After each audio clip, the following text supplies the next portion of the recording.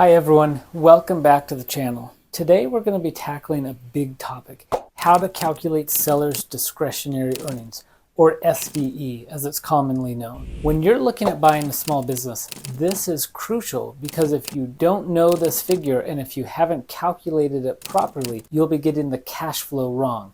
So let's dive in. First off, what is SDE? It's the money that the business makes that could be available to you, the new owner. It's different from net profit, which often is kept low for tax reasons. SDE gives you a clear picture of the business's earning power. Hi, I'm Trent Lee. I've sold over 600 businesses, and in the last 5 years in a row, I've been named the #1 business broker in the country for the most closed transactions every single year. And I make these videos so that one day you'll want to hire me to help you value, sell, or buy your business. So let's dive into this. Information that you'll need. Before you get started, gather at least the last 3 years profit and loss statement, the current balance sheet, as well as the balance sheet for each of the previous years, the lease or real estate details, the owner's salary and role in the business, family members who are employed in the business, a list of operational expenses, major equipment list, and any unusual events like lawsuits or big purchases. Start with that basic information. Next, you need to ask yourself 4 questions. Ask yourself, do I understand how this business works? Can the business be run without the current owner? Is the business too dependent on one customer or supplier? What am I actually buying?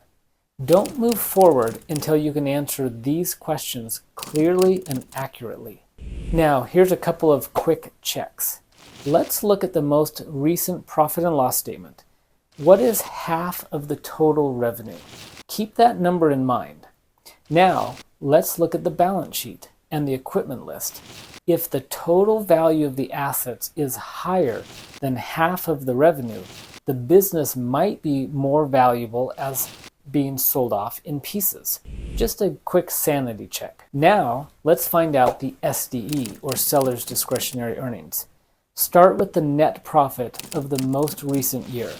Then, what you want to do is make these following adjustments. You want to add in owner's salary and benefits, family members' salaries, one-time expenses, interest, taxes, depreciation, and amortization. Then you want to make sure that you subtract out the market wages for the family members who work in the business, non-core income like interest or equipment being sold off, one-time revenue that may have boosted the overall net profit, upcoming rent increases that you need to factor in, as well as deferred maintenance. Now, repeat this for the last 2 years to see the trends over a 3-year period of time. Next, you need to weight the seller's discretionary earnings. You'll likely have 3 different SDE numbers for the last 3 years. Now, you need to decide how much weight are you going to give each year. If the business is growing, you might focus on the most recent years being heavily weighted. If the business is stable, you might average all across 3 years evenly. If the business is trending down, though, I would highly recommend you put the highest weight on the trailing 12 months if the trend is going down.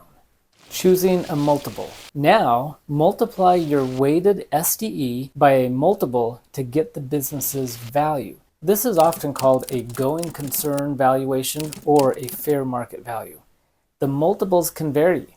If the SDE is under $100,000, it might be a 2 multiple or less. If the SDE is between $100,000 and $500,000, it might be between 2 to 3.5. If it's above $500,000 to $1 million, you might be in the 3 to 4.5 range. Whatever you do, work with a professional, a business broker, or an M&A advisor to understand the industry and apply an accurate market multiple.